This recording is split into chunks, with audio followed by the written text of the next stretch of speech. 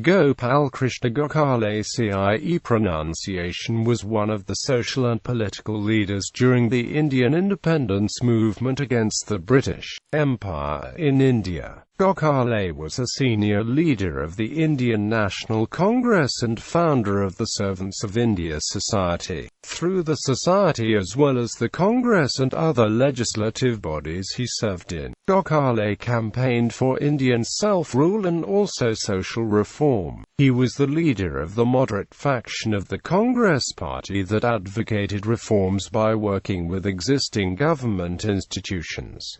Early life. Gopal Krishna Gokhale was born on 9 May 1866 in Tilak village of Gangadhar Taluka in Ratnagiri district, in present-day Maharashtra, in a Chitpavan Brahmin family. Despite being relatively poor, his family members ensured that Gokhale received an English education, which would place Gokhale in a position to obtain employment as a clerk, a minor official in the British Raj. Being one of the first generations of Indians to receive a university education, Gokhale graduated from Elphinstone College in 1884.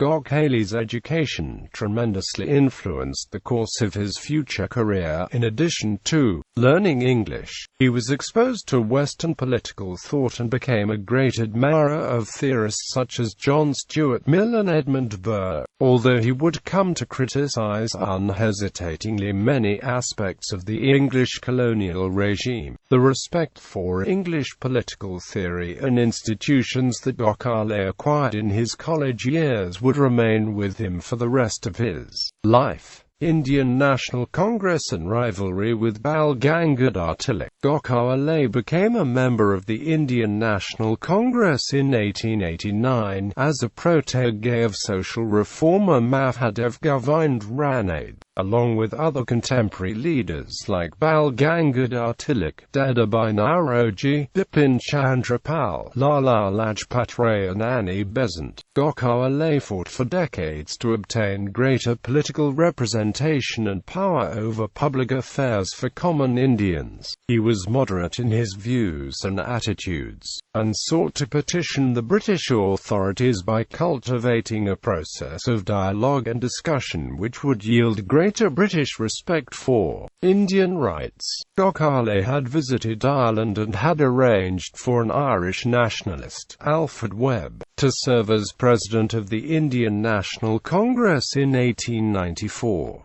The following year, Gokhale became the Congress's joint secretary along with Tilak. In many ways, Tilak and Gokhale's early careers paralleled. Both were Chitpavan Brahmin, both attended Elphinstone College, both became mathematics professors, and both were important members of the Deccan Education Society. When both became active in the Congress, however, the divergence of the views concerning how best to improve the lives of Indians became increasingly apparent. Gokhale's first major confrontation with Tilak centered around one of his pet issues, the Age of Consent Bill introduced by the British Imperial government in 1891–92.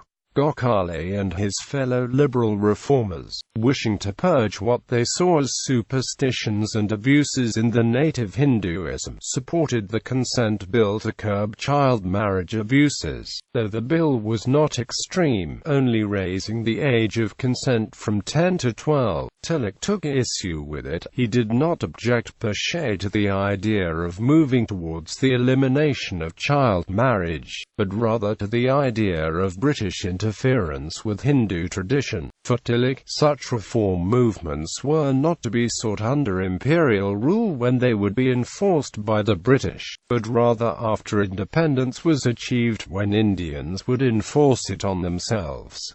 The bill, however, became law in the Bombay Presidency. The two leaders also vied for the control of the Pune Sarvajanik Sabha, and the founding of the Deccan Sabha by Gokhale in 1896 was the consequence of Tilak coming out ahead. In 1905, Gokhale became president of the Indian National Congress. Gokhale used his now considerable influence to undermine his longtime rival, Tilak, refusing to support Tilak as candidate for president of the Congress in 1906.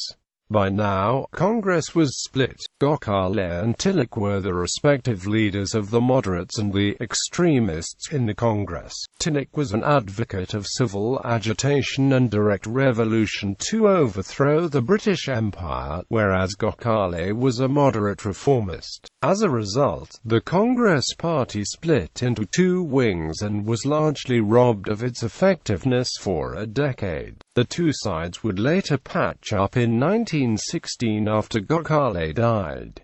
Servants of India Society. In 1905, when Gokhale was elected president of the Indian National Congress and was at the height of his political power, he founded the Servants of India Society to specifically further one of the causes dearest to his heart, the expansion of Indian education. For Gokhale, true political change in India would only be possible when a new generation of Indians became educated as to the civil and patriotic duty to the country and to each other. Believing existing educational institutions and the Indian civil service did not do enough to provide Indians with opportunities to gain this political education, Gokhale hoped the Servants of India Society would fill this need. In his preamble to the SIS's constitution, Gokhale wrote that the Servants of India Society will train men prepared to devote their lives to the cause of country in a religious spirit, and will seek to promote, by all constitutional means, the national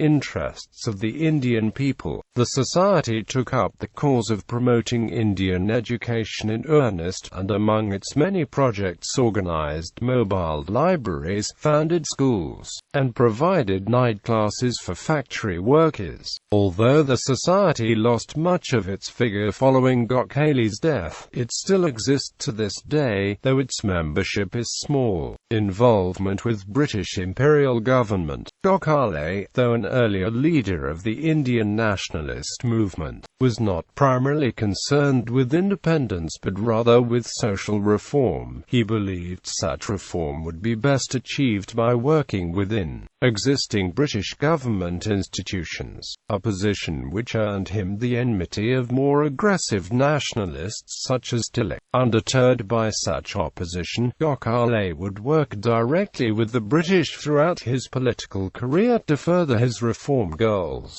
In 1899, Gokhale was elected to the Bombay Legislative Council. He was elected to the Council of India of Governor-General of India on the 22nd of May 1903 as non-officiating member representing Bombay Province. He later served in the Imperial Legislative Council after its expansion in 1909.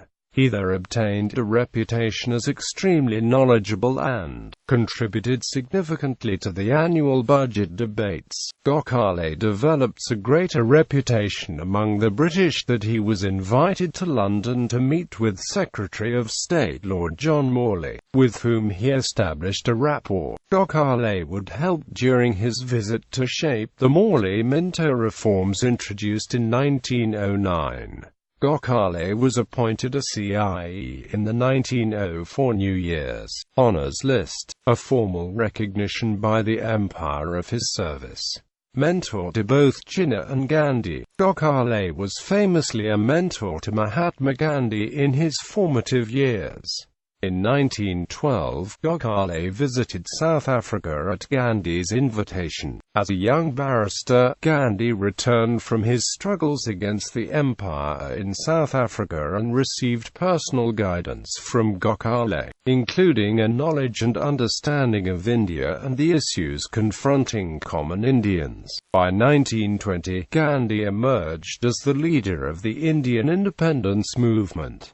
In his autobiography, Gandhi calls Gokhale his mentor and guide. Gandhi also recognized Gokhale as an admirable leader and master politician, describing him as pure as crystal, gentle as a lamb, brave as a lion and chivalrous to a fault, and the most perfect man in the political field. Despite his deep respect for Gokhale, however, Gandhi would reject Gokhale's faith in Western institutions as a means of achieving political reform and ultimately chose not to become a member of Gokhale's Servants of India Society. Gokhale was also the role model and mentor of Muhammad Ali Jinnah, the future founder of Pakistan, who in 1912 aspired to become the Muslim Gokhale. After Lucknow Pact of 1915 between Indian National Congress and Muslim League, Sarojini Naidu called Jinnah as the greatest ambassador of Hindu-Muslim unity. Even the Aga Khan has stated in his autobiography that Gokhale's influence on his thinking was probably considerable. Death. Gokhale continued to be politically active through the last years of his life.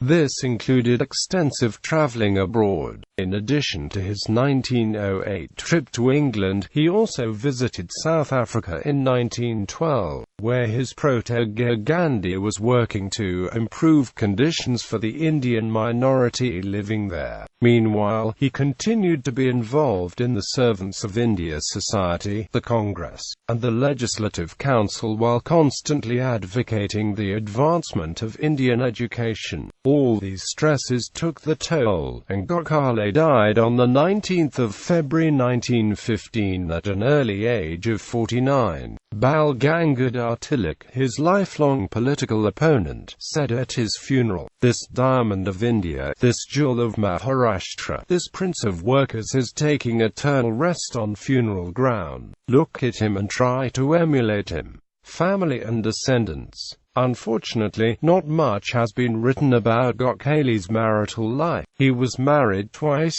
His first marriage took place in 1880 when he was in his teens to Savitribai, who suffered from an incurable ailment. He married a second time in 1887 while Savitribai was still alive. His second wife died after giving birth to 2 daughters in 1899. Gokhale did not marry again and his children were looked after by his relations. One of his daughters, Kashi, was married to Justice S.B. Davla ICS. She also had 3 children whose names were Gopal Shankar Davla, Balwant Shankar Davla IS and Meena Rajwade.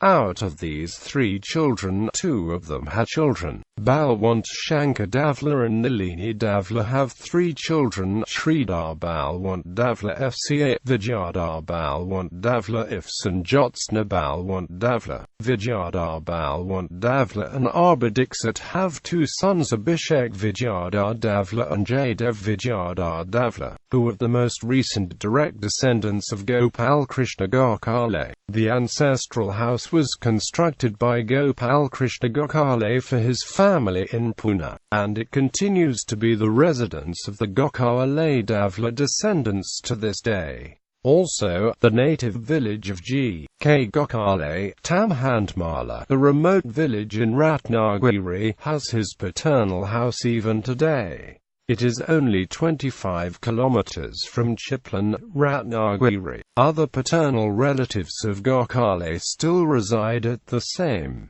Impact on Indian nationalist movement. Gokhale's impact on the course of the Indian nationalist movement was very considerable. Through his close relationship with the highest levels of British Imperial government, Gokhale forced India's colonial rulers to recognize the capabilities of a new generation of educated Indians and to include them more than ever before in the governing process. Gokhale's firm belief in the need for universal education deeply inspired the next great man on the Indian political stage, Mohandas K. Gandhi. His faith in Western political institutions, though rejected by Gandhi, was adopted by an independent India in 1950. Works: English weekly newspaper, Maratha. Daily newspaper, Janaprakash. Commemoration. His name is commemorated in the names of the Gokhale Institute of Politics and Economics in Pune, the Gokhale Memorial Girls College in Kolkata, the Gokhale Hall in Chennai, the Gokhale Centenary College in Ankola, the Gopal Krishna Gokhale College in Kolhapur, Gokhale Road in Mumbai, Gokhale Institute of Public Affairs in Bangalore, and Gokhale Hostel in Bhopal. Gokhale Education Society, which is running more than 50 educational institutions and established by Prince T.A. Kulkarni in 1918. The year 2015-16 is to be celebrated as the year of 150th birth anniversary of Gokhale.